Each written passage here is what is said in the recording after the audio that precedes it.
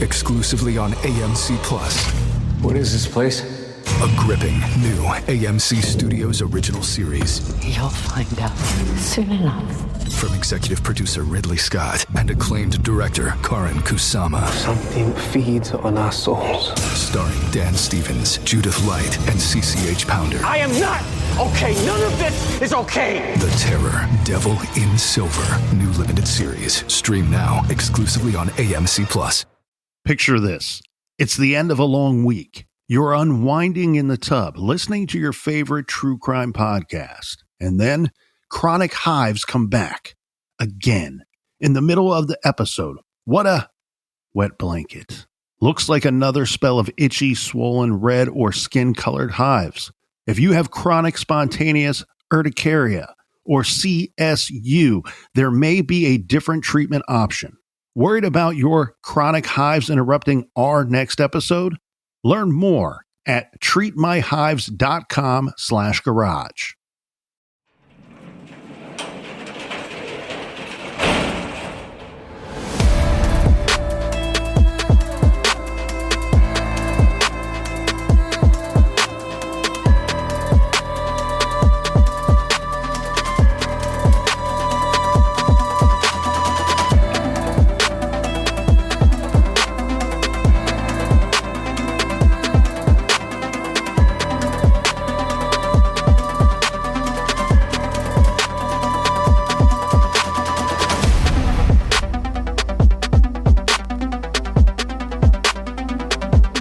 Welcome to True Crime Garage. Wherever you are, whatever you are doing, thanks for listening. I'm your host, Nick, and with me, as always, is a man you may have seen last weekend walking the Vegas Strip in a pair of booty shorts with his thumb out. Here is the captain. Thumb out or thumb in. It's good to be seen and good to see you. Thanks for listening. Thanks for telling a friend. This week we are drinking Hoser Juice by Double Trouble Brewing up in Toronto. Hoser Juice is a triple IPA, and trust me, you will feel it. This baby is both heavy duty and delicious. ABV 10.8%, garage grade 3 3/4 bottle caps out of 5. Let's give some thanks and praise to our good, wonderful garage friends. First up, a double-fisted cheers goes out to Cody Lau and Mary Garcia in Woodville, Ohio. And a big We Like Your Jib goes out to Savannah and Perth, Australia. And last but certainly not least, a special shout out to longtime friend of the show, Tim in Michigan. I saw him on YouTube with his band Stealing Copper, and he was sporting one of our True Crime Garage Alien Skull shirts. So cheers to you, Tim, and cheers to everyone who has contributed to the beer fund. Yeah, tall cans in the air, BWRUN Beer Run. If you want to support the garage and get something in return, sign up on Patreon or Apple Podcast subscription and get our bonus content off the record. If you're not listening, you're missing out. And Colonel, that's enough of the business. All right, everybody, gather around, grab a chair, grab a beer. Let's talk some true crime.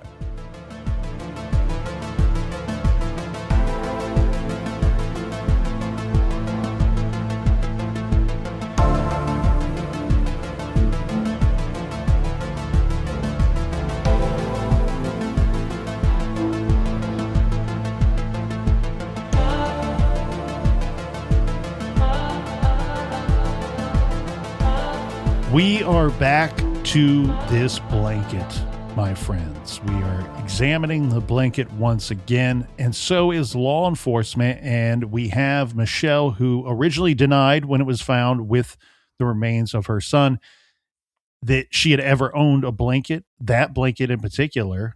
Her mother and father do not recognize it as well. Pressed with this theory about the blanket, she is denying once again ever having seen the blanket or ever owning one like it. To test that theory, however, investigators interviewed other people beyond the scope of just Michelle and her parents. And one of these people would be Michelle's niece, Jennifer, the same niece who had encountered Michelle at the carnival shortly after Michelle says that she realized that she could not find her son, Timothy. Well, and just to be clear, this blanket was showed to 2 people, so she'll be seeing it for the first time. Well, or as the investigators are hoping, not for the first time. Right. I mean, So- the investigators will be showing it to her for the first time. Correct. So this is one of those shifts. It's a major shift in the story, major shift in alliances and loyalties. So Jennifer had once been supportive of Michelle, but time changes people, time changes those alliances and loyalties. Yeah, but also if Michelle this is the only thing that has happened and she goes to lead a normal, productive life, but she hasn't. She has had run-ins with law enforcement over and over. Well, and that's one thing that I always point out with these cold cases and why investigators should revisit them once a year at the very least, just to stir the pot, to check in on everybody, because alliances, allegiances, loyalties, friendships, relationships, they all change with time. They can change over time, and people change sometimes with time, and that affects their relationship. Now, regardless of what Michelle was doing or what she had been caught doing, we should say, that may not have been the major factor in the shift in their relationship. As said, Jennifer was once supportive of Michelle. I don't know. I don't have a hard date of when that changed, but Jennifer's life had changed during this time period as well. She gets married. She has 2 children of her own. She becomes drug addicted. She's addicted to heroin. She went to Florida for rehabilitation. Now, while she's at rehab, while she's in the program, her children go to stay with Michelle. Mm. So she must have still been supportive of her at that time. There's no way that she could think that Michelle did something to her own son, and then she's like, hey, could you watch these kids for me for a while? And if one goes missing, no big deal. So while Jennifer is away at rehab, Jennifer's mother and Michelle, together, without Jennifer, decide that Jennifer's condition, her situation is too serious. It's serious enough that they are not going to allow returning the children to Jennifer once she completes the program. Mm. So instead, the children are turned over to Jennifer's mother-in-law. And it sounds like this was somebody that Jennifer really did not like. Jennifer later regained custody, but she viewed Michelle's role in this situation as a betrayal, a deep betrayal. And You think? it didn't wear off. It's not something that you just like, all right, that happened and now we're moving on. No, this hurt, it cut deep and it stayed fresh. Investigators attempted to use that to reopen a channel, right? They encouraged Jennifer to message Michelle on Facebook and bring up Timothy's case. Their general hope that Michelle might confess or slip into some incriminating statement. The Facebook exchanges take place, but nothing comes of it. Nothing good for the investigation. Yeah. Or nothing incriminating regarding Michelle takes place during those exchanges. So the investigators showed Jennifer physical items connected to the evidence, or at least to the remains that were found. So they show her the blanket, a pillowcase, and a red jacket. Jennifer's reaction was immediate and very specific. And as you were saying, Captain, this is very important because this would be the first time that investigators are showing these items to Jennifer. And as I was saying, in hopes that maybe she had seen them prior to them showing them to her for the first time. They say her reaction's immediate, though. And they say that she told them the blanket had, in fact, been in Michelle's apartment. Mm-hmm.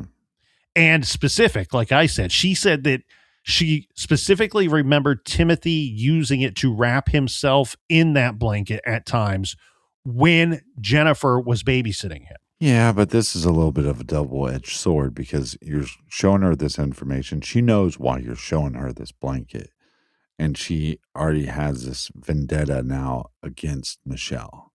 So I think it's like, as law enforcement, you probably are going to get excited because now we're going, okay, this is possibly evidence that we can link her to the crime scene. So that's not good for Michelle. Great for the investigation. But we have to also take it with a little bit of a grain of salt because we go, is Jennifer telling us the truth? Yeah, and this blanket is going to be an ongoing point of contention in this case. Because, look, to put it short and sweet and to provide no clarity at all on the matter, basically what takes place is they show this blanket to everybody who they think may have seen it at one time in Michelle's possession or inside her apartment. And for every person that they can find that says, yes, I've seen that before, it was in Michelle's possession or in her apartment, they find another person equally as close to Michelle who says, no, I've never seen it before. And if it was in her apartment, I would have seen it before. Right. So you basically get, let's put roughly a handful of people that say, yes, I've seen it before in her apartment, and a handful of people that have been in her apartment equal number of times or maybe even more, like her own parents saying, no, I've never seen that item before. And in the end, what's even more troubling regarding this blanket is we know that it was tested, or it's stated that it was tested when it was originally found with the remains. That didn't yield any evidence or clues. Now, we do know that when they're revisiting this angle of the investigation, after talking to Michelle again, after talking to Jennifer and others regarding this blanket, in the end, even the material science did not cleanly settle the question of was this blanket Michelle's and Timmy's or not. So they're retesting, they're testing again. Hairs recovered from the blanket and the pillowcase did not match Michelle's DNA. So just one more fact added to a case already crowded with contradictions, accusations, and items that seem to point somewhere without ever fully arriving to a real conclusion. I think they were hoping, look, if we show this blanket to 10 people and 9 or 10 of them tell us that I've absolutely seen it in her apartment, we got her. When that didn't happen, when it was parted down the middle, equal sides, they went to the science, and the science didn't tell them that it belonged to Michelle.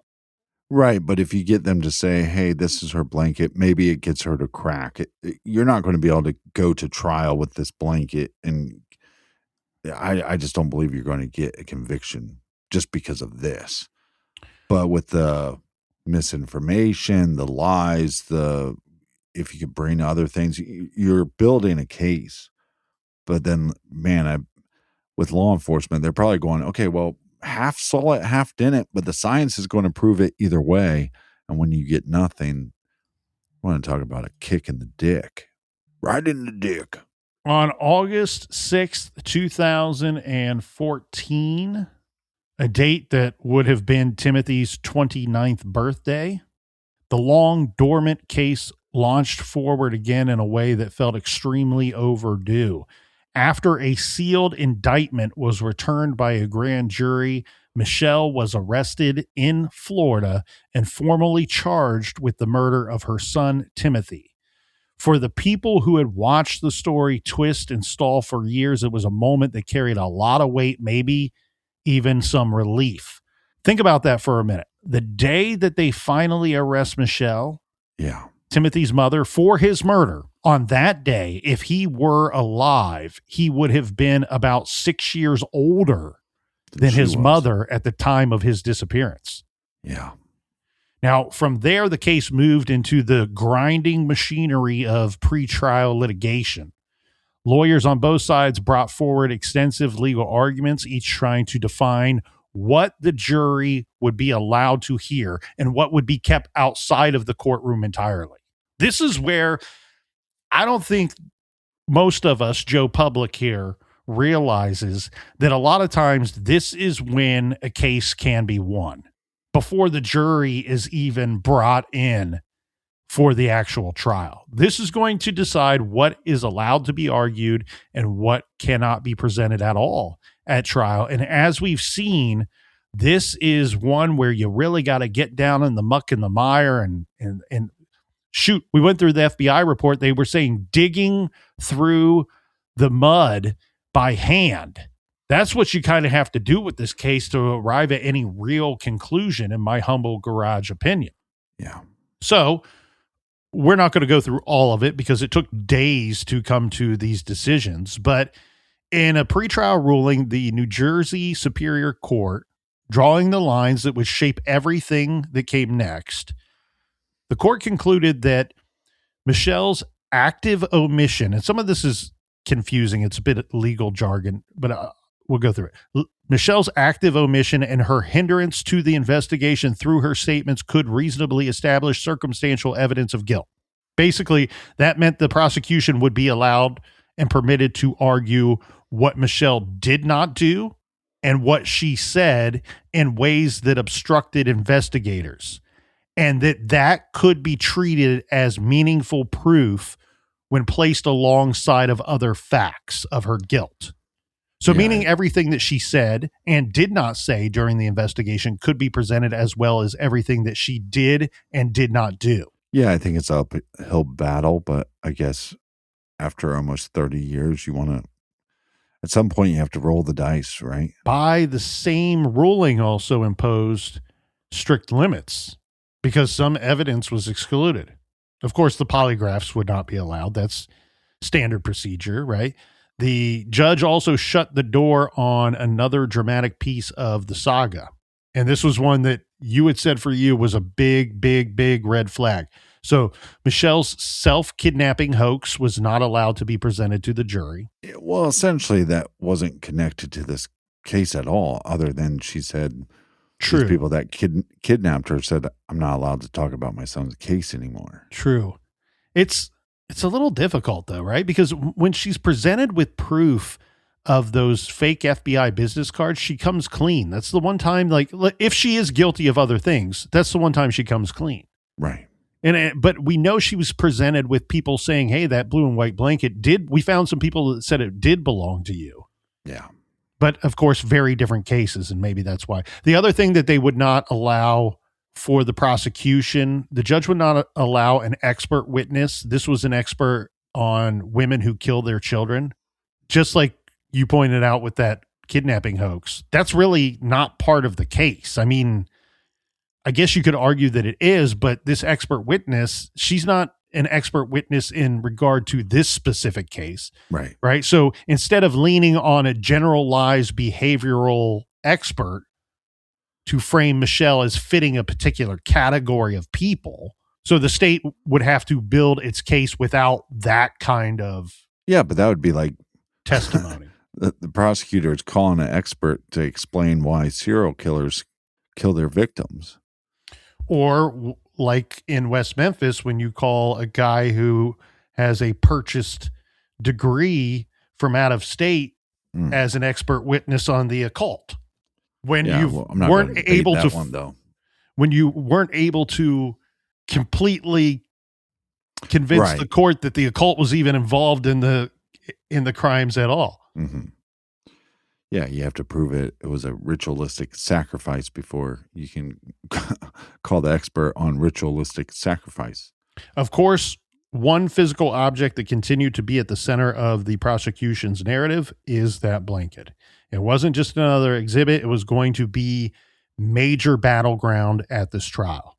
And again, their theory was like this. The blanket found near the recovered remains was highly suggestive that Timothy had been taken from his home to the place where his remains were eventually recovered, and most importantly, suggests that he was never at the carnival at all. So we talked about some of the people that said they had never seen the blanket before. A few more people. And this is interesting because at least one of these people have made, actually, now that I review it and think about it more, all three of these people have made statements at some point that are, without saying they believe Michelle is guilty, they have statements that would be indicators that maybe they believe that she's guilty, but don't want to say it directly to the newspapers. So Michelle's brother, Michael, is one of those people. Her former fiance from the period when Timothy went missing, because she's had several relationships afterward. But this is the fiance from the time frame that, remember, she stopped off at the bar, asked the person driving her home when they were recovering an item to bring to the scent dogs. She had asked, hey, could you stop at the bar? My boyfriend's bartending. I need to tell him what's going on. So this would be that man from that time period, and her landlady from the time that she rented from this woman when Timothy was still alive. So these three people, who all have made statements that make it sound like they think she's guilty, they all, being honest on the stand, said, we've been in her apartment dozens of times. I've never seen that blanket in her possession or in her apartment before.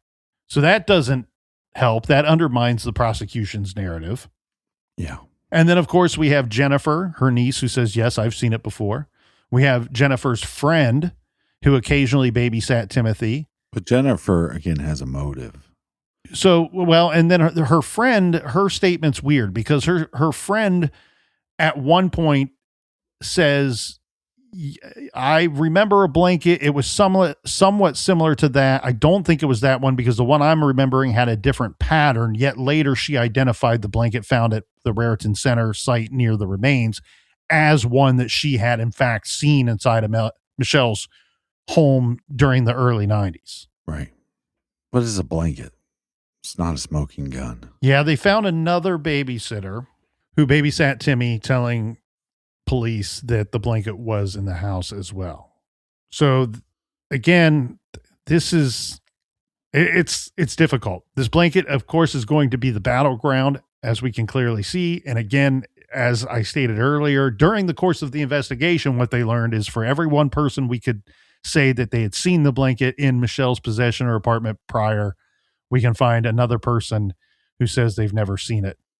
And the defense presented photographs of where Michelle and Timmy were living. And in the background, or even on a person, you could see a blanket or blankets in the background. And of course, this is for the defense. So all of these photographs that were shown of Michelle and Timmy and where they were living at the time leading up to the disappearance, you never see that blanket, the blanket in question, in any of those photographs. Of course, we have prosecutors that will be walking the jurors through the case history, starting from 1991, focusing attention on what they argued mattered most, the changes in Michelle's story over time. They emphasized not just that the story had changed, but there were multiple versions of this story, suggesting inconsistencies that could be read as guilt rather than mere confusion. And we've went through those stories, right? They're very, very different. It's not like you can misremember that you forget seeing a knife or a knife held to a person, or right, that two men and a woman were involved when you first say that nobody, I turned and he was gone. They also presented and highlighted Michelle's admission from her time working in that fulfillment center, her discrepancies in her work history that she provided to investigators. And it looks like what we see in a lot of trials, that the prosecution, that their approach was going to be cumulative. Take the small fractures in her story and in the case. So we have conflicting accounts, questionable timelines, disputed details, and then press them all together. Yeah, and I think the other thing they're probably hopeful of is the sympathy for the victim. We have a 5-year-old child. And so if we can build this little pile of evidence and then have this sympathy and guilt go through the jury, that maybe they'll convict solely on that. But also I think this case is pretty weak, but I understand at some point it's almost 30 years on, you got to roll the dice.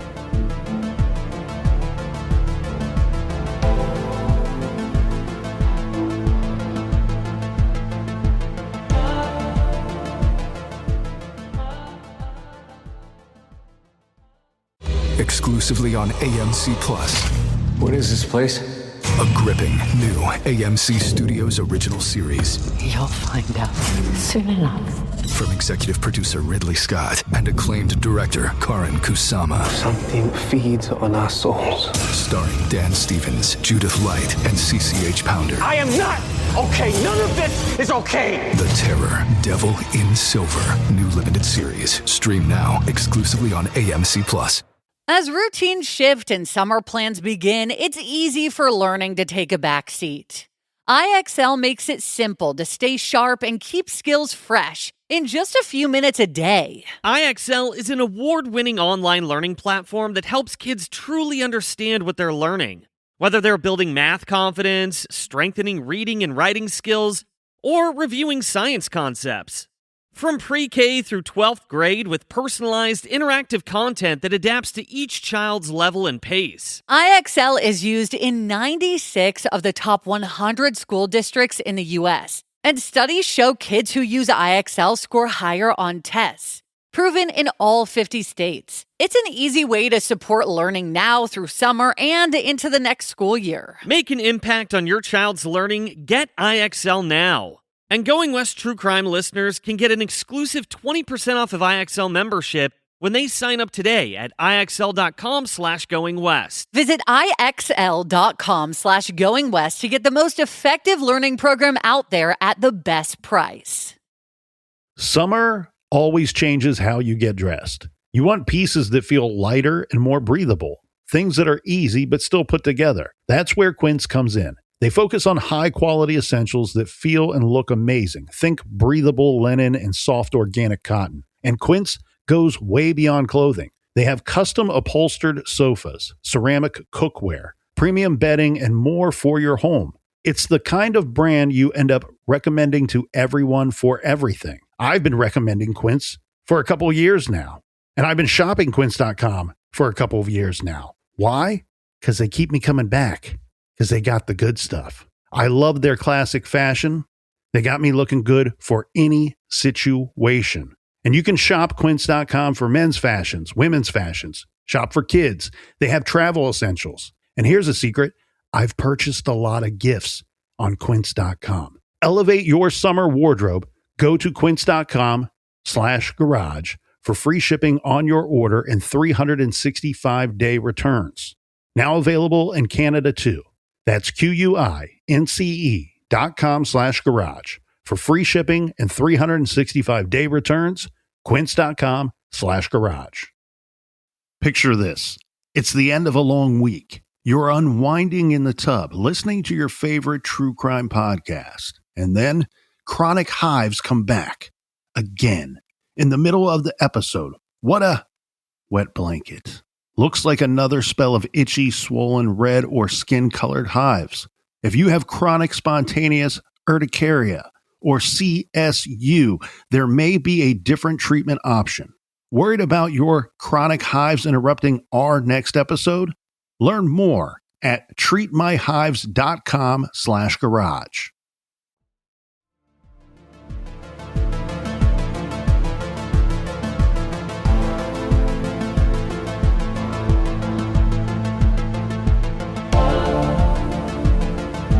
All right, we are back. Cheers, mates. What happens in Vegas goes on off the record. That's right. It typically does. Cheers to everybody. Thanks for joining us once again here in the garage. Of course, the jury, the prosecution wants the jury to also understand and see and hear about what they thought was her unemotional demeanor when presented with news or information about the case, her demeanor as being angry and frustrated and ending questioning, ending polygraph examinations by storming out of the room, shouting at people. But again, it's troubling because none of this, like you were pointing out before the break there, Captain, none of this to me is conclusive, hardcore evidence. Yeah, I would have to. It's a lot of suggestive stuff. Yeah. I mean, I might find her guilty of being a pile of shit or a giant bag of salty dicks, but to me, if I'm looking at this evidence, I'm like, this is not enough to convict somebody of this crime. Well, and then we'll get into this next part here because we kind of went through the discrepancy of people's memories on the blanket, right? That was a big battleground. The other part of the battleground is going to be what witnesses do we have at the trial who saw Timmy or somebody that they thought was Timmy or saw Michelle by herself with no little boy with her at the carnival.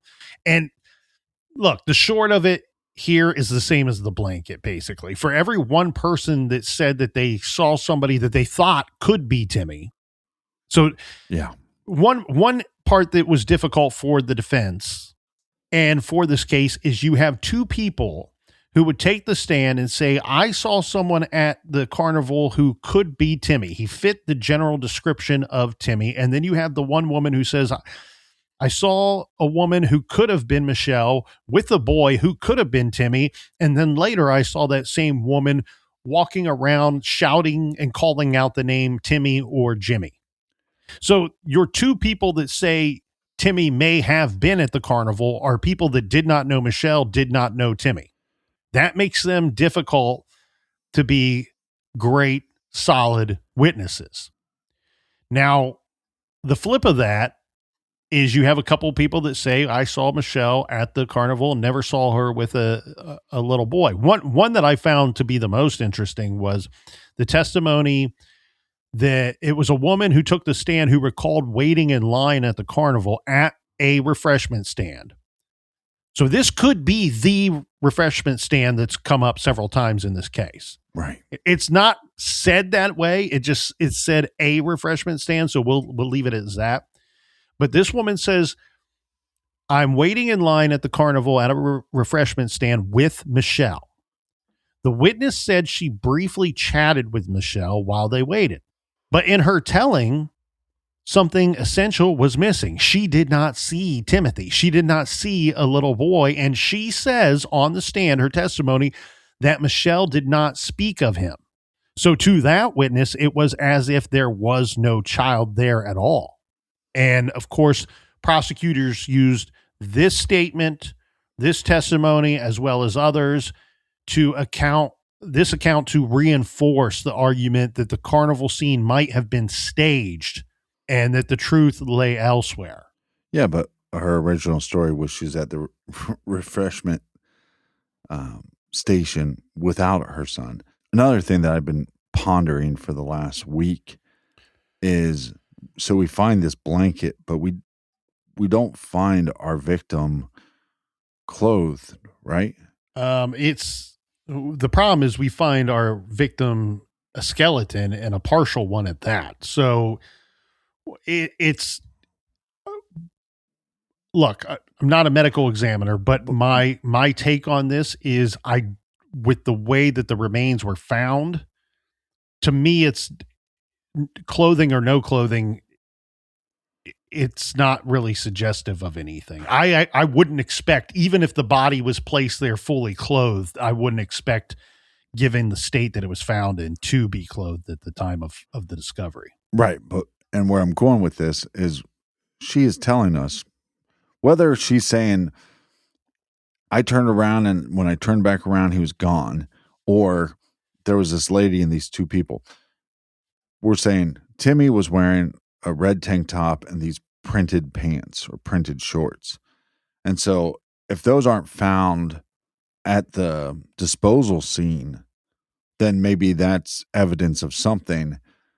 And then also, let's just say Timmy was never there and she goes and then she sees a little boy that kind of looks like Timmy. And so when they go, well, what was he wearing? Well, Timmy was wearing a red tank top and these printed shorts, right? Mm-hmm. Well, then somebody might have saw that individual. Does that make any sense? Yes. So now we have these eyewitnesses that go, well, I saw this boy wearing this stuff. So I'm assuming, because I don't know him, that he's Timmy. So these people that are saying that they saw Timmy, these are not individuals that knew Timmy personally. So correct. These eyewitness accounts, I mean, I think these are on both sides, whether she's, innocent or guilty is kind of a nothing burger. Absolutely. I think these are people with the intention of helping, and their information is incomplete. It's not strong enough to suggest one way or the other what is right and what is absolutely. wrong. So now let's get it. That's why when you have all this, you have to go back to the science. Okay. So the science that's presented at trial is one. So that they presented evidence to establish that tides could not have washed the body up the creek from the river. Really what they're doing here is they're aiming to close off an explanation that might suggest accidental or natural movement of the remains, Right. rather than I hate intentional this placement. Yeah. What they're saying is, we believe, and we have experts that will back this up, that where the partial remains were found is where they were placed when they were discarded. Yeah.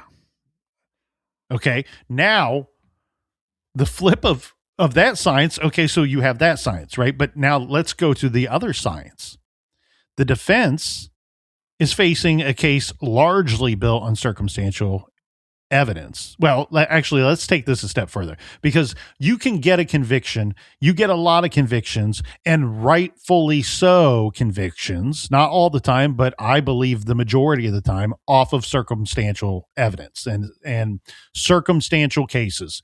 You can take that to court, you can get a victory, and I think the majority of the time that they are right. Here, it's less of circumstantial evidence or circumstantial case. It's more of circumstantial interpretation of everything. So the defense very smartly uses science to challenge any of the reliability of the narrative about the blanket. So they presented a forensic expert who reviewed the documents and photographs and said that they doubted any meaningful connection could be drawn between the blanket and the crime. So this expert, he also questioned whether it could be proven that the blanket had been there for as long as the remains had been there, attacking the assumption that the blanket and the remains shared a long-term link. Okay, so this was from New Brunswick News, I believe. I'm sorry, from the Home News. Summarization here for you, Captain. A defense expert testified in New Brunswick that a blue and white blanket found near 5-year-old Timothy Wiltsey's skeletal remains in 1992 was unrelated to Timothy, his death, or his mother, Michelle. Retired NYPD forensic scientist Nicholas Pacheco said he reviewed FBI and New Jersey State Police lab reports and photos. He says the blanket was never sent to him and found no link between the blanket and other nearby items, including waistband remnants and a pillowcase, a balloon, a shovel, and a Teenage Mutant Ninja Turtle sneaker found about 15 to 20 feet from the remains. Pacheco said investigators found no fibers connecting the blanket to the waistband or pillowcase, no hairs on the blanket, and no blood on the blanket, pillowcase, or sneaker. He testified that smothering or strangulation usually leaves trace evidence: hair, saliva, skin cells, or sweat, even after laundering or environmental exposure, though he acknowledged some cases show none.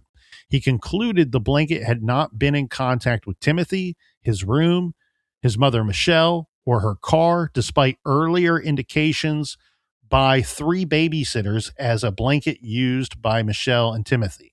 A New Jersey State Police lab found a hair on the blanket, but determined it was not Michelle's, and no fluids or DNA were detected. Pacheco also questioned how well the blanket appeared preserved if it had been outside for 11 months. So he's questioning if the blanket was even there the entire time that the remains were there. Right. If I'm the prosecution, I don't know if I'm bringing this case to trial. And like I said, I understand it. You got to roll the dice, but I just don't know. It's tough because what they did was they brought it to the grand jury, and then the grand jury comes back and says, take it to trial. It's tough because you would find, if in a review of the judicial system and these, especially homicide cases, oftentimes when a grand jury tells you move forward with charges and take it to trial, they do. Not in all cases. I mean, the John Benet Ramsey case is one that comes to mind. There are several other cases that we've covered that didn't end up at trial. The Boys on the Tracks case, grand jury said take that one to trial, I believe, if I'm recalling correctly. So what does the jury find in this case? The other thing that the defense is going to challenge, and this is, you would do this, absolutely, a good defense team would, is remember we have a scenario where the county's medical examiner ruled it a homicide, but also stated in the report that the cause of death could not be determined from the remains due to the decomposition. Yeah, and this to me is similar to having a trial where you have no body. Because we have a body, but we can't even determine if there was a crime. We don't have factual evidence where we go, hey, victim died of strangulation. We just have dead victim. Right. And so for me, the hurdle that needs to be cleared or to cause the person to collapse on the track in front of a crowd to be laughed at is the carnival. Right? Because if Timothy never goes to the carnival, then that is the one thing that I would say conclusively to me says mom killed boy, dumped him over in the swampland. Yeah. In the marshland.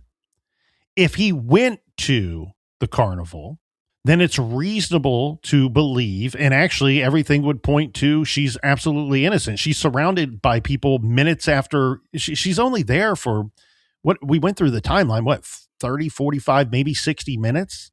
Yeah. She didn't have time to do anything. So it's reasonable to conceive, it's reasonable to believe the idea that whether or not he was at that carnival, his remains were probably placed where they were found either a short time before she went to the carnival or somebody else did it and they were placed there not too long after he goes carnival. Missing, yeah. Once she says, my son's missing. Now we have searches, and she's basically in police custody for the rest of the night. She doesn't even have her vehicle once she goes back from the carnival.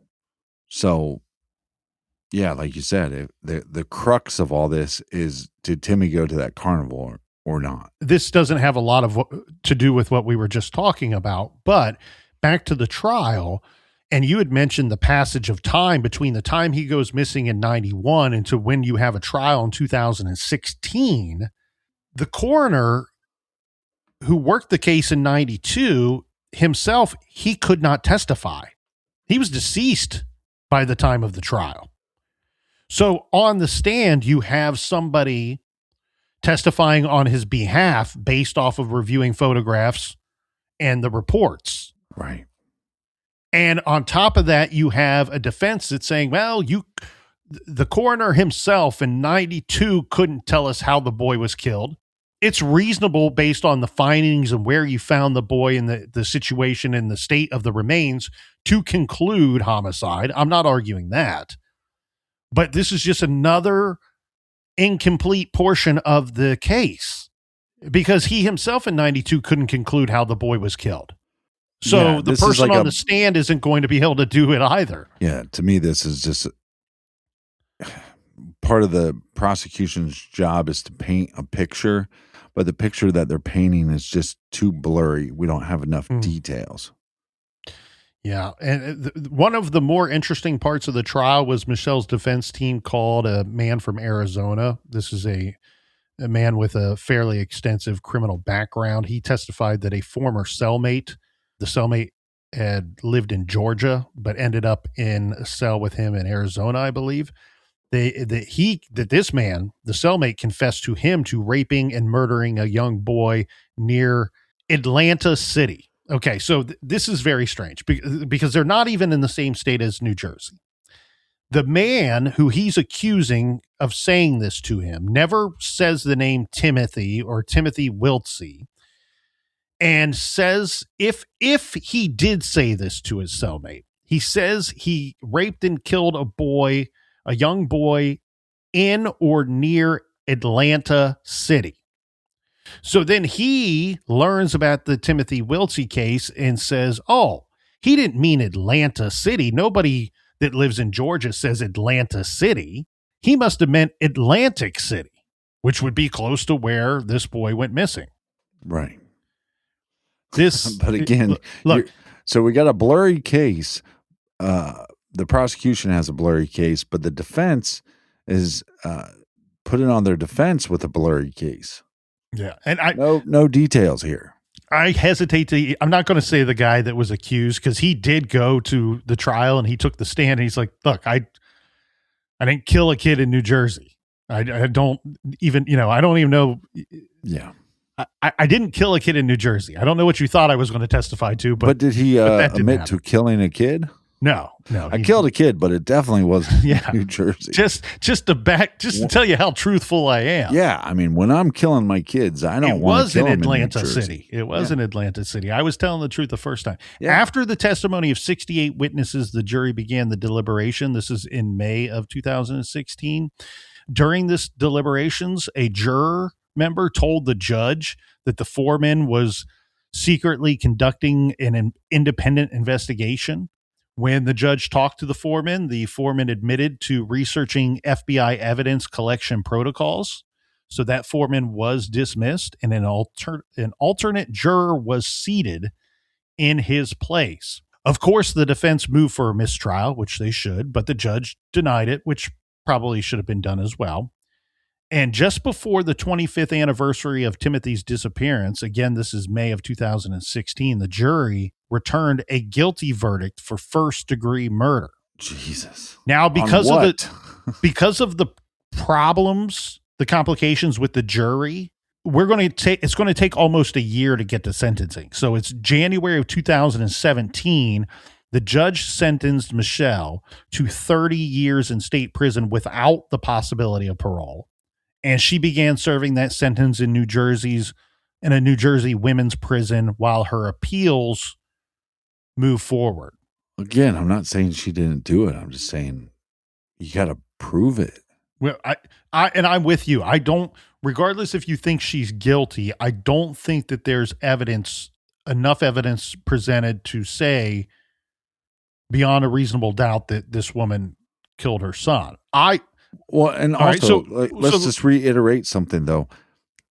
Other pieces of evidence in this case that I think paint a more detailed picture that she is more likely guilty of this than innocent, those weren't allowed at trial. So it's even, I don't know, it doesn't seem like enough evidence to me. Right. Do you think she's innocent or guilty? Regardless of what was presented at trial. If you had to pick. I mean, I'd have to lean towards guilt because I have no 100% proof that this boy was even there.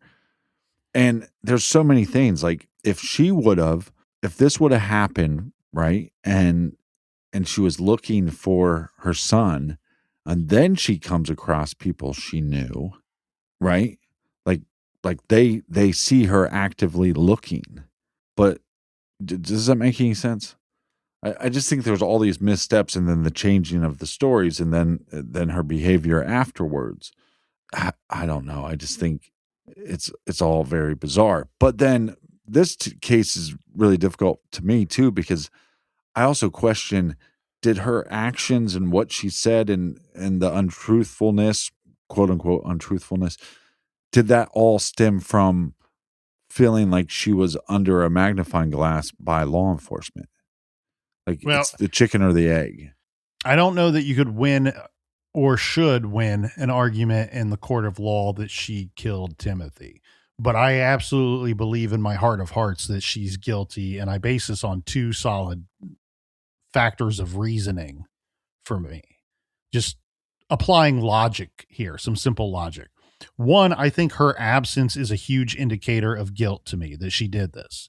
And what I mean by her absence is one of the versions, probably the most violent version, and one of the final versions she gives of he was abducted story is that she feared that the abductors would harm him, but the abductors also told her that if she kept quiet or if she played along or whatever the words were or made up to be, that they would return him in a month, in 1 month's time.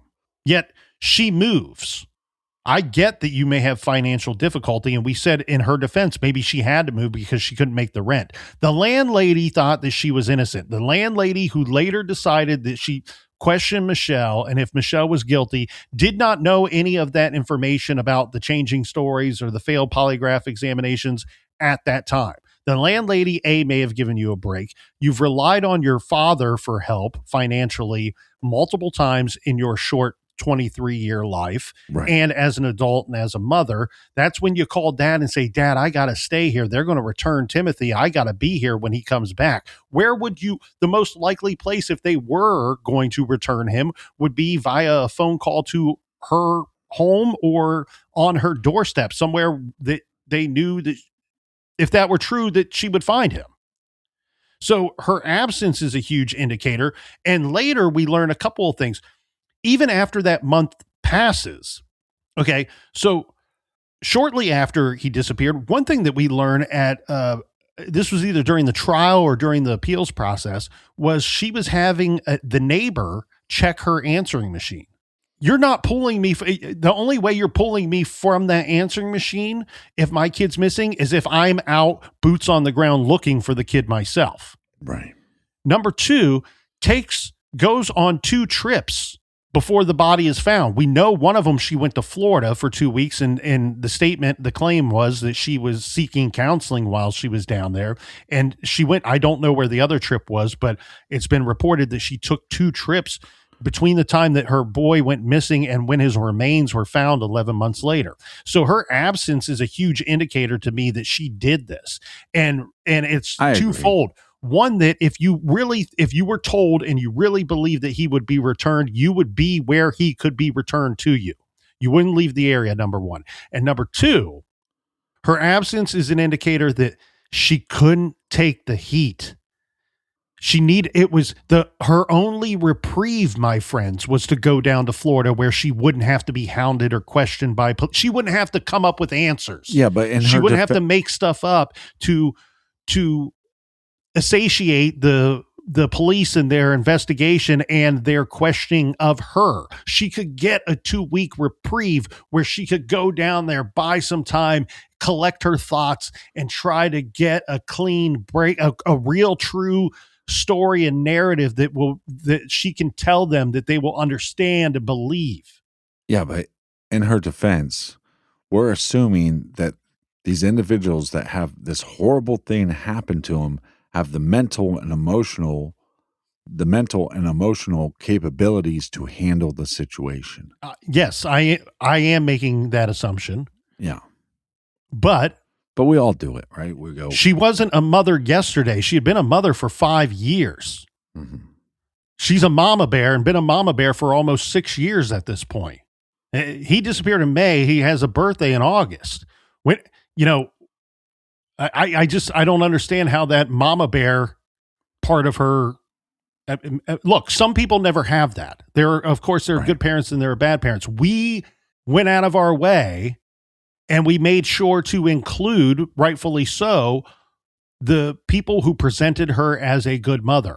My other thought too, Captain, is she's too resourceful.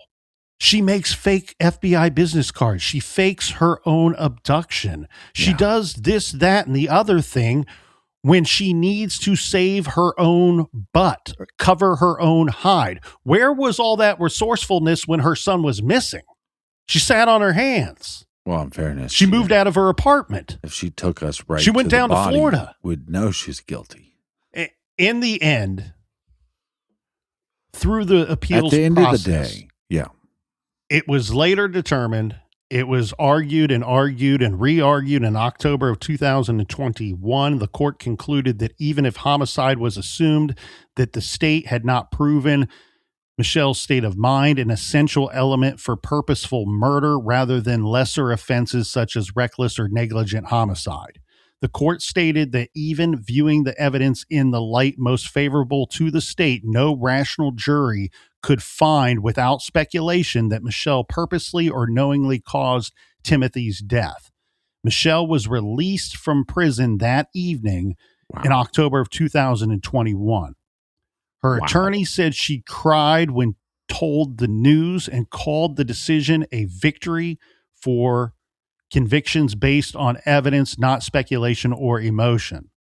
Michelle's brother, Michael, who believed that she was in fact guilty, criticized the ruling, saying it denied justice for Timothy.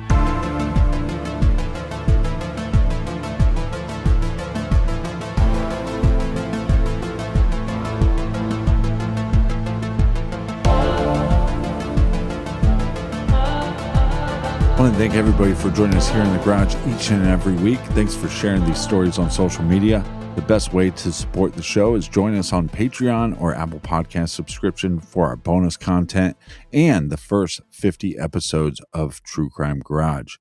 Colonel, do we have any recommended reading for the beautiful listeners? Yes, sir, Captain, we do. This week, our case, The Murder of Timothy Wiltsey, is one of New Jersey's most notorious cases and murder mystery. So in that vein, how about a book from one of True Crime Garage's favorite New Jersey true crime authors?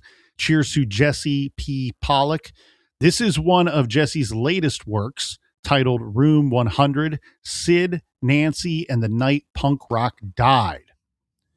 Room 100 chronicles the tragic story of Sid Vicious and Nancy Spungen, her murder, punk rock's very own Romeo and Juliet.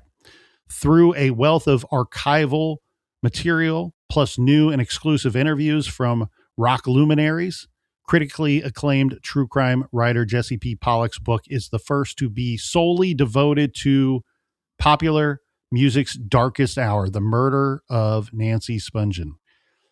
Did Sid kill the love of his life in a drug-induced stupor, or had Nancy been the victim of a robbery gone wrong? This one, it's a very good book, an incredible mystery by one of our favorite New Jersey true crime authors, Jesse P. Pollock. Check that one out. We'll have it listed on our website on the recommended page. That is Room 100, Sid, Nancy, and the Night Punk Rock Died. And until next week, be good, be kind, and don't litter.